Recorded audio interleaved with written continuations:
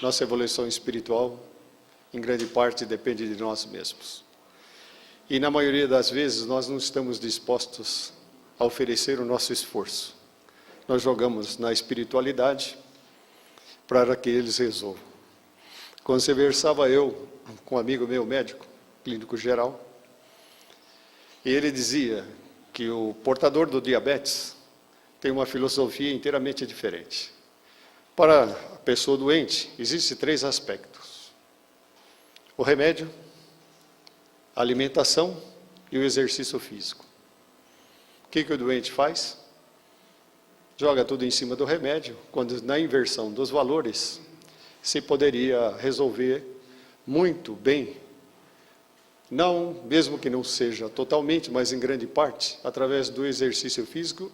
Primeiro seria a comida. É o que nós não fazemos. Agradeço aqui hoje, especialmente, a visita do Jamil, aí, meu primo, né? A gente costuma falar que nós somos primos. A Márcia, que veio visitar, e o grupo Luz e Melodia, que viajou do interior para a capital, né? E veio nos visitar. Obrigado por isso. O nosso assunto de hoje, que nós vamos conversar com vocês. Tem uma diferença, não tem? Não confundir o bem com o mal. Não confundir o bem com o mal. Se eu inverter, não confundir o mal com o bem, a frase é a mesma? Se nós estamos na casa espírita, se nós estamos procurando nosso melhoramento espiritual, nós não poderemos inverter. É isso que nós vamos conversar com vocês. Nós vamos falar do texto de Mateus, do capítulo 13, nosso, e o texto de Mateus. Quando nós dermos uma esmola, que a nossa mão não saiba o que faz a outra. Nós fazemos assim? Como é que nós fazemos? Alarde. Mas nós vamos falar do alarde ainda um pouquinho mais para frente. Então, todo mundo sabe uma diferença mínima que possa ser o que é o bem e o que é o mal. Algum de nós hoje pode alegar desconhecimento, dizer eu não sei. Então, como que nós faremos? Onde está o bem? Onde está o mal? Alguém de nós pode alegar ignorância, desconhecimento? Não. Eu vou fazer uma sugestão, uma proposta, mas para vocês não responderem para mim. Então, onde está o bem, nós não poderemos mais trazer o mal. Mas poderemos levar o bem aonde ainda existe o mal.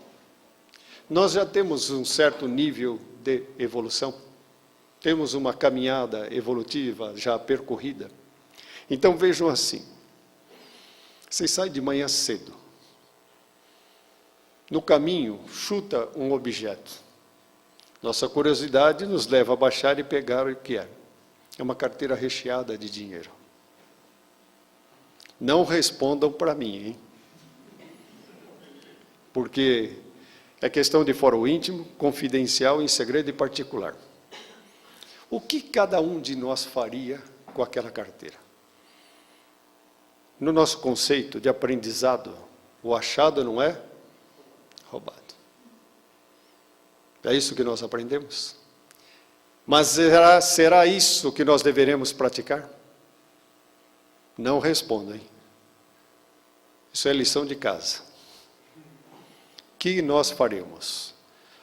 Vamos nos lembrar que dentro do direito civil já existe uma aplicação para isso. A conduta correta seria encaminhar a uma delegacia de polícia. Agora, o procedimento é de cada um. Então, qual é o nosso conhecimento? Onde está o bem, nós não podemos trazer o mal. Se nós já estamos no bem, não poderemos mais praticar o mal. E aí nós perguntamos, achamos aquela carteira, Influem os espíritos em nossos pensamentos e em nossos atos? O que nós aprendemos? Muito mais do que imaginais. Influem a tal ponto que de ordinário são eles que nos dirigem. Livro dos Espíritos. Então nós não estamos mais sós. Existe a rodear-nos uma nuvem de testemunhas. Influenciação, sem conotação política. Nós temos esse e nós temos esse. Qual que nós seguimos? Se eles interferem mesmo no nosso mundo físico, nós obedecemos esse ou esse?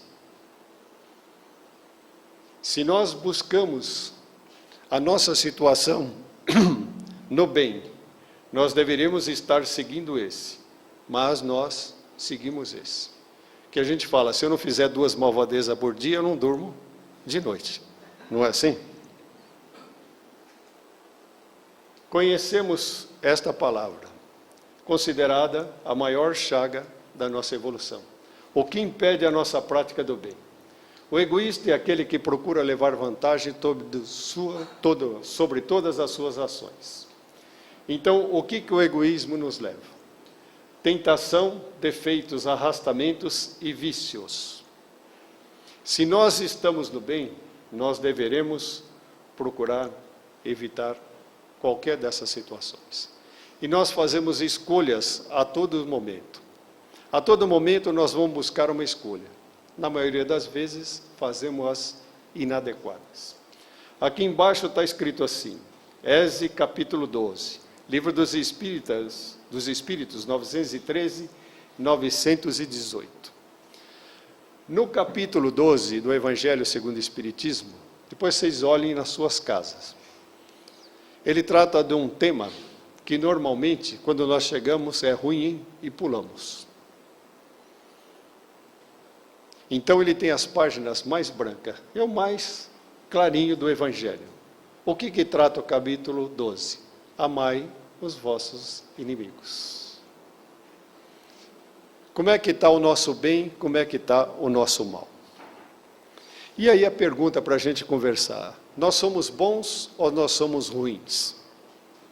Nenhum, nem outro. Se nós imaginarmos, olhando para essa folha de papel, um personagem quadrado, nós teríamos cantos, onde acumula-se as coisas. Mas nós não somos assim. Nós somos personagens redondos, não temos cantos. Então, em nós está o mal, em nós também está o bem. Qual é a necessidade? Aprender a trabalhar com a polaridade, bem e mal. Eu não sou nem bom, eu não sou nem ruim. Qual das polaridades prevalece? Aquela que nós alimentarmos. Depende de nós. Tentação. Eu resisto ou não resisto? Quanto de bem existe em mim? Quanto de mal existe em mim para que eu esteja atendendo esta movimentação? Nós vamos conversar com vocês de muito falado, o óbolo da viúva.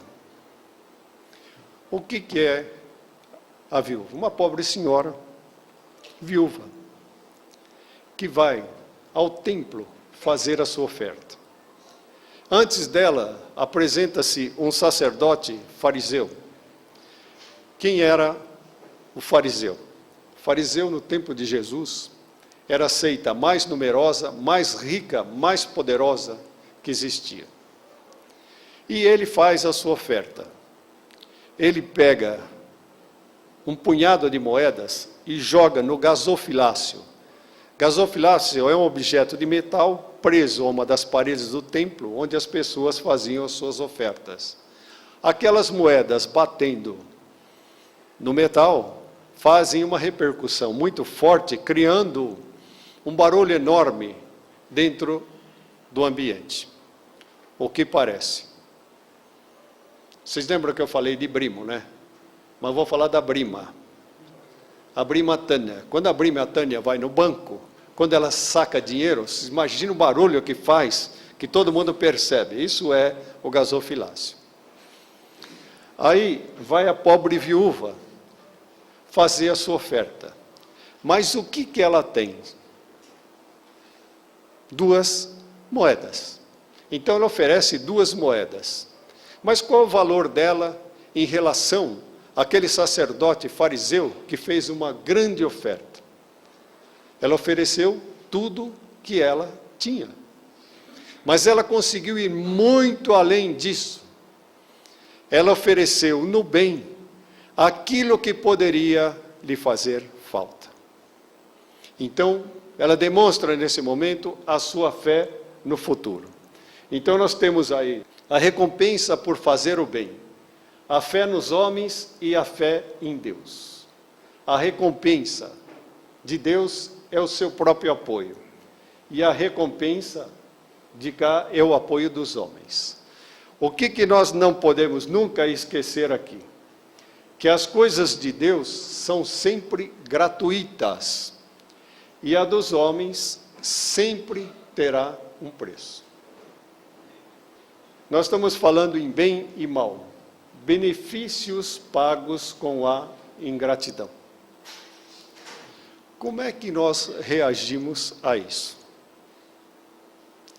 Conseguimos reagir com serenidade? Caso contrário, é porque quando nós ajudamos alguém, nós esperamos a recompensa. E a lei do retorno vem por aqui, e não pelos homens. Quando nós ajudamos alguém, nós vamos sempre receber de Deus uma resposta. Mas ela virá de uma pessoa que nós talvez nem conheçamos, num momento diferente e de outra forma, e nós recebemos. Mas, na maioria das vezes, não temos paciência para esperar, porque esquecemos que o tempo de Deus não é o mesmo tempo que o nosso. Olhando esta imagem, lembra alguma coisa? Todo mundo sabe o que é? Então pergunto a vocês. Aqui vocês sabem quem está, né? Quem está aqui e aqui?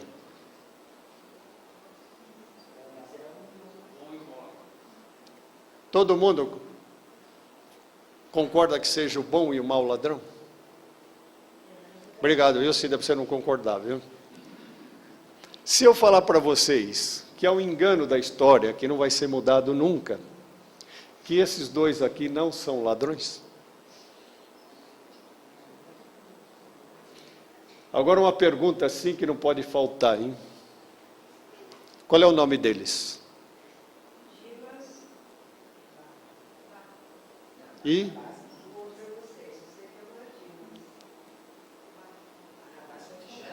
Dimas e Gestas. Por que se pensa que poderia ser Barrabás? Tem uma alegação, mas é Dimas e Gestas.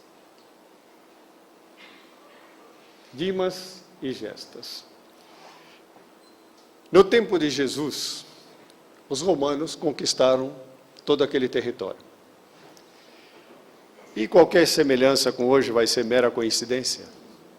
Eles sucateavam o país através de coletorias de impostos e cobravam tributos sobre todos. Os judeus,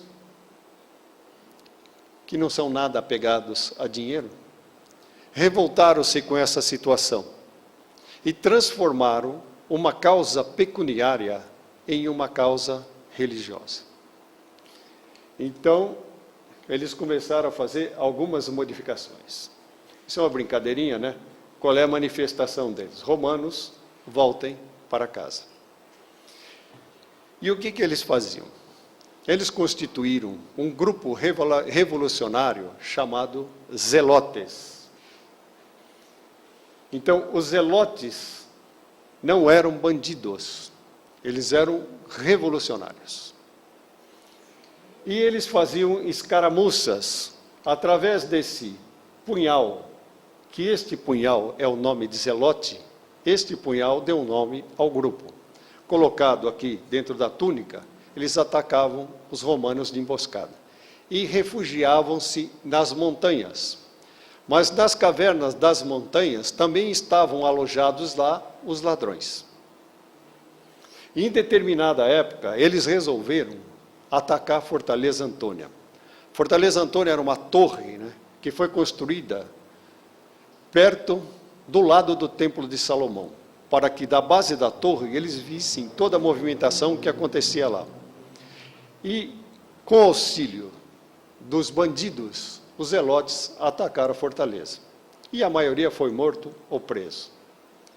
Então, e para o romano, a maior humilhação para os seus presos era a crucificação. E eles foram colocados aqui. E a história dos dois que vem. Este de cá, chamado Dimas, na situação que estava, ele atravessou a cortina do templo, pulou pela janela, quando ele disse a este homem que estava aqui, coberto de imundície e de escarro, a ponto de não ser reconhecido, vestido com uma simples túnica, ele dizia a este homem: Senhor, quando estiveres no paraíso, lembra-te de mim. E Jesus diz a ele: ainda hoje estarás no paraíso. Gestas dizia a ele: se és rei, tire-nos daqui. Então este aprendeu o bem, e este ainda não saiu do mal. São escolhas que nós fazemos no nosso dia a dia. Então eles são considerados o bom e o mau ladrão, mas no final eles eram revolucionários religiosos. O mal e o bem se misturam na vida e no coração. Essa é a nossa polaridade. Em tudo nós vamos trabalhar com a polaridade. Trigo e joio, joio e o trigo. Então, o trigo é a semente de que tudo se aproveita. O joio é uma semente também, mas venenosa. Falso trigo. E nós somos joio ou somos trigo? Como é que trabalha-se assim? O agricultor só sabe essa diferença na hora da colheita, pois o trigo produz frutos.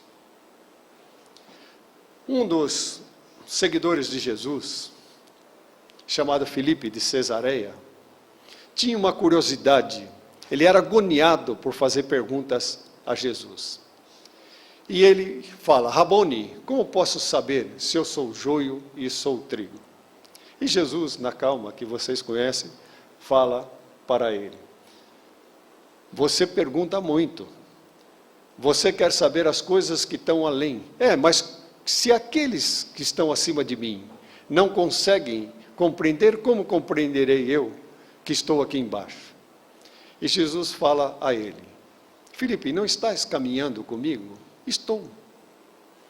E por que você para de tempos em tempos, senta e mexe nas suas sandálias? Mestre, são pedrinhas que entram e elas machucam o meu pé, veja que está machucado. Então, Filipe, se você não remover essas pedrinhas do seu calçado, você não consegue caminhar? Não, mestre. Então vá removendo a cada uma que apareça, para que chegue às coisas mais altas. Então, ele explica a Filipe que não pode-se separar o joio do trigo antes da frutificação. Que a polaridade, as duas têm que conviver juntos para nosso aprendizado. Se nós tentarmos tirar o joio antes, nós poderemos arrancar o trigo. Em determinado momento da nossa vida, no bem e mal, nós vamos produzir frutos ou não. Aí nós saberemos se nós somos joios ou somos trigos. Isso ele explica, que no momento certo haverá a separação. Resistir ao mal significa suportar pacientemente a sua presença, mas sem perder de vista o bem. Se nós já estamos no bem, não poderemos mais viver no mal. Tentações, desânimos, mal-entendidos e incompreensões alheias. Isto acontece conosco todo o dia. Mas Jesus aconselha a isso, a resistência ao mal.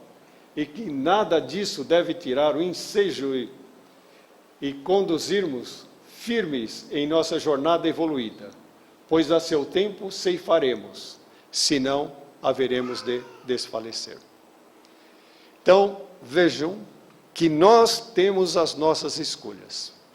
Lá atrás vocês viram arrebatamento, arrastamentos, viciações, tentações. Somos tentados. E aqui nós vamos falar para você da história de Marta e Maria. Duas irmãs que conviveram com Jesus. A diferença de uma e a diferença de outra. Simplificando o que está escrito lá, uma se preocupava só com as coisas materiais e a outra só com as coisas espirituais. Marta foi censurada por Jesus, Maria foi elogiada por ele. Marta era preocupada em ter uma casa limpa, uma boa comida.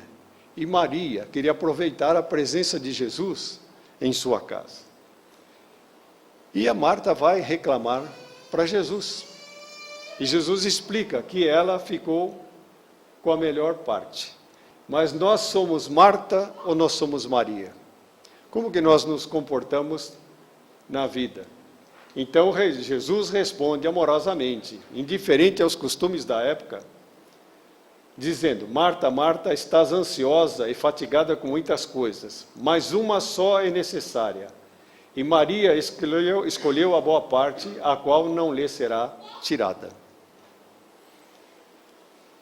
Quando o irmão delas morre, elas estavam agoniadas e desesperadas para que Jesus viesse visitar o amigo. Mas ele demora 4 dias para chegar. 4 dias ele demorou.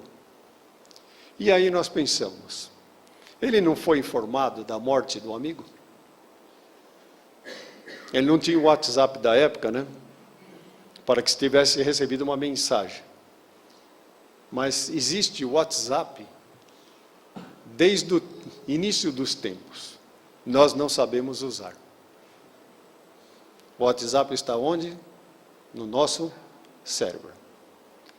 E todos nós temos capacidade de estimular essas células, esses neurônios, formando sinapses de transmissão. Jesus sabia. Mas ele demorou 4 dias. Ele estava desconsiderando o amigo morto? Não estava dando a devida importância a esse acontecimento na família? Ele tinha um objetivo, por isso ele demorou 4 dias. Neste tempo, ele queria mostrar para todos que o tempo de Jesus, o tempo de Deus, não é o mesmo tempo dos homens. E nós não temos paciência para esperar. Nós somos imediatistas, queremos tudo já. E não é assim que as coisas acontecem.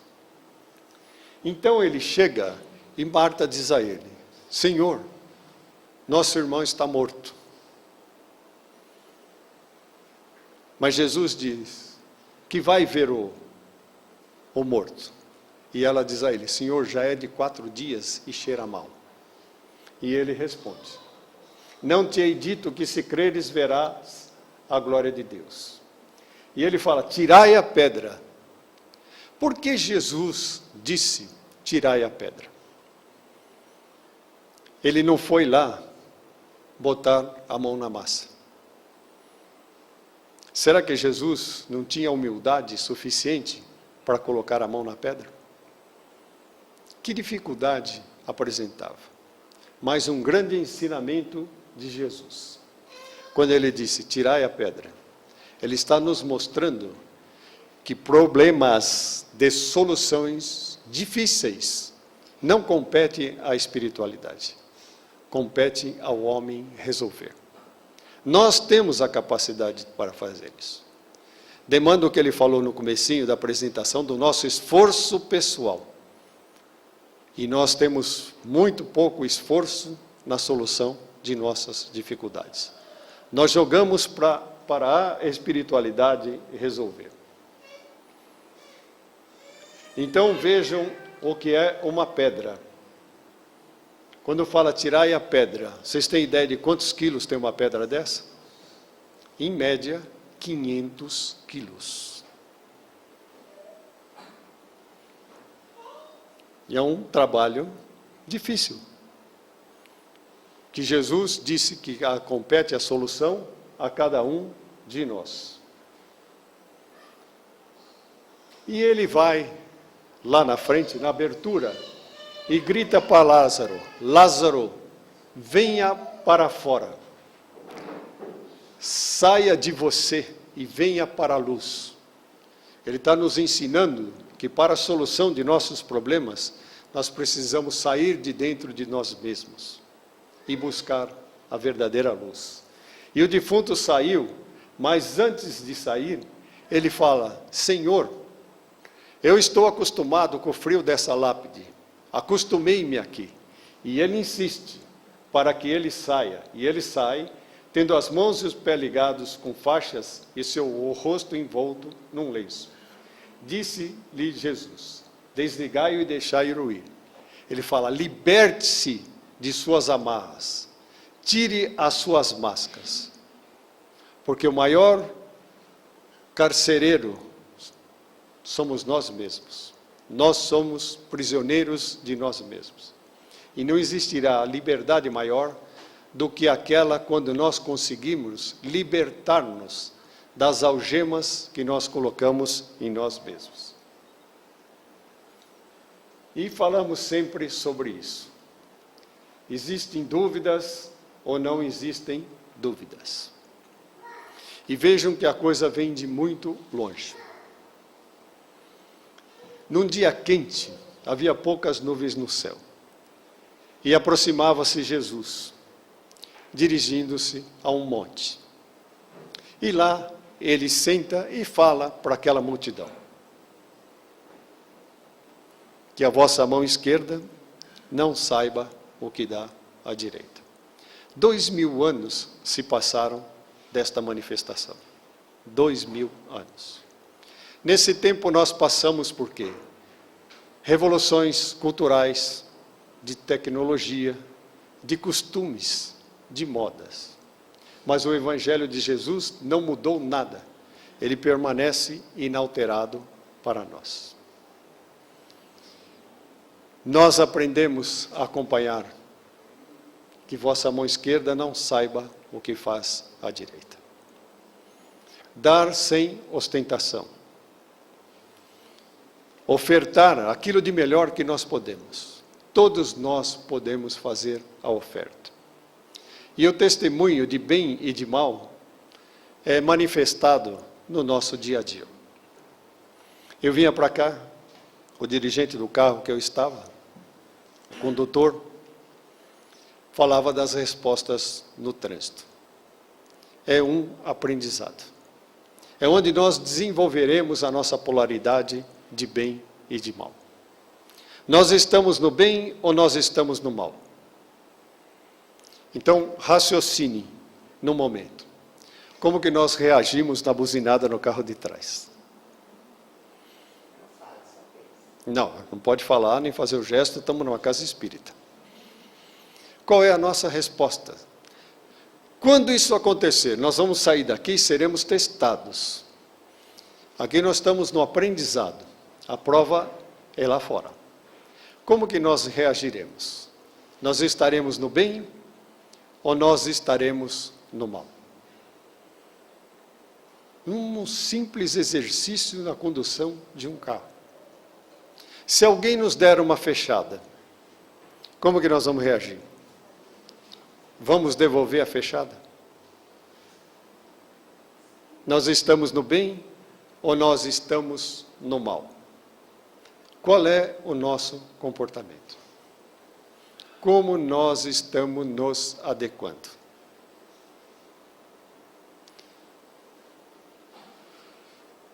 A palavra sombra vem de uma palavra latina, umbra. Lembra alguma coisa? Então, nós estamos na sombra ou não? Todos nós temos uma sombra. Nós não conseguimos nos separar dela. Mas na polaridade aprendemos a conviver com as nossas sombras. E este é o nosso comportamento. Bem e mal. Eu não levo o desaforo para casa. É um bem ou é um mal? Que vantagem que eu tenho? Se nós viemos aqui na casa espírita, nós estamos em aprendizado. Não podemos deixar perder o aprendizado que nós temos por soluções muito simples. Eu costumo falar sempre, como uma forma de brincadeira. Terminou a palestra, vocês vão ouvir mais um pouco de música, tal, nós vamos sair elevados. Estamos na calçada, vamos atravessar a rua. Aí sobe, mão para cima, o motoqueiro desvairado e o entregador de pizza. Quase atropela um de vocês. E vai fazer uma frase, vai dizer uma frase elogiosa. Ou elogiando a sua mãe, ou você mesmo. Qual vai ser nossa resposta? Eu sou fraco ou eu sou forte?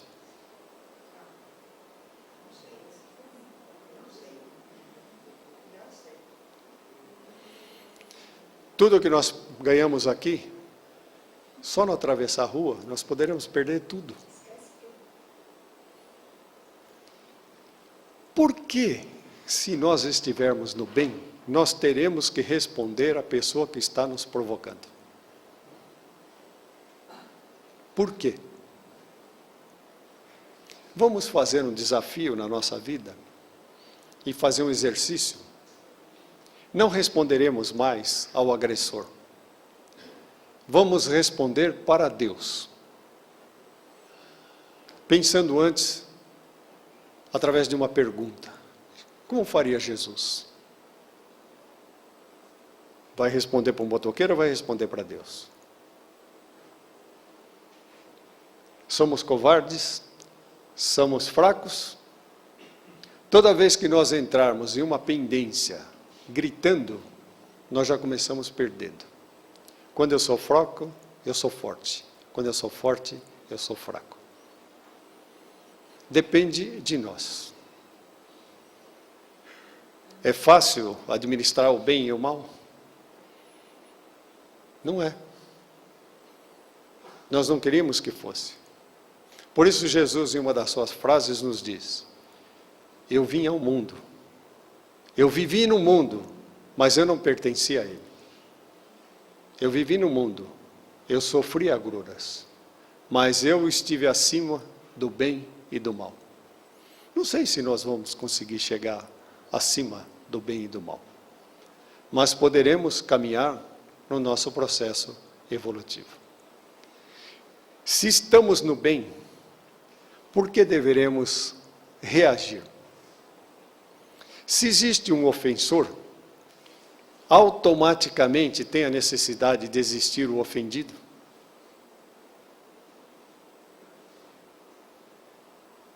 Vamos pensar sobre isso, fazer uma meditação.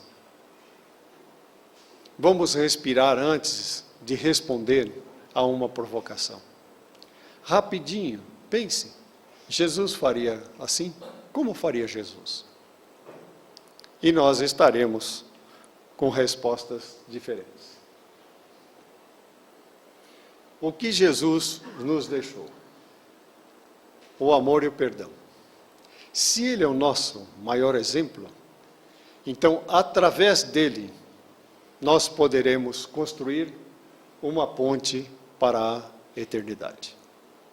Nós temos este privilégio de ter recebido os ensinamentos de Jesus. Ele nos ofertou isso, está ao nosso alcance. Pelo fato de nós estarmos aqui hoje, na casa espírita, nós não temos privilégio nenhum. Deus não dá privilégio nenhum. Ele nos oferece oportunidade. Então, aprendamos e agradeçamos a oportunidade. Bem e mal. Reclamação. Quem reclama? Re significa duas vezes. Clamar é pedir de novo. Agradecer é descer a graça para nós. Bem e mal. Questão de escolhas que nós poderemos fazer.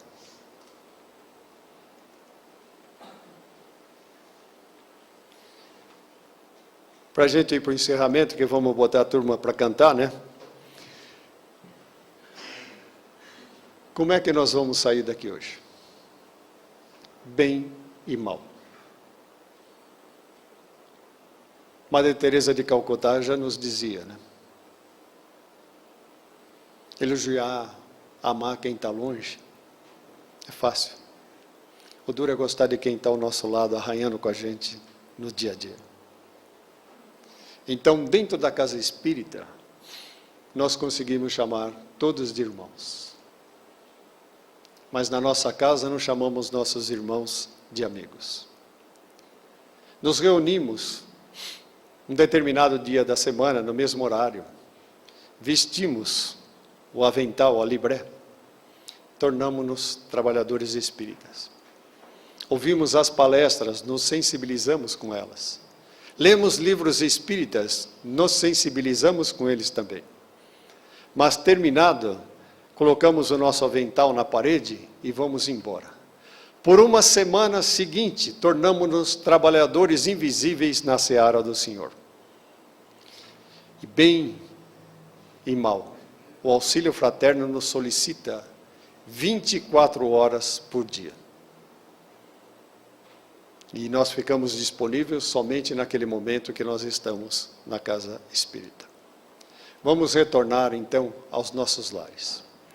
Que possam estar presentes em nossos corações os verdadeiros sentimentos de paz, de amor e de perdão. Recordando mais uma vez o ensinamento do apóstolo Paulo, quando ele nos diz: quem ama nunca desiste. Quem ama nunca desiste. Porém, a tudo suporta com fé, esperança e humildade. Humildade, palavra latina que vem do humus, significa terreno fértil. Se nós não formos um terreno fértil, nós não desenvolveremos nenhuma das potencialidades da alma. Humildade, aprender a servir. Então, se nós persistirmos neste amor, ele poderá durar para sempre. Se insistirmos de verdade, ele poderá nunca se acabar, porque o amor e o perdão constroem uma ponte para a eternidade. E no nosso treinamento de bem e de mal, que possamos ser mais caridade do que vaidade, possamos ser mais doação do que doação. E vamos agradecer pelo fato de não termos aceitado o convite do sofá.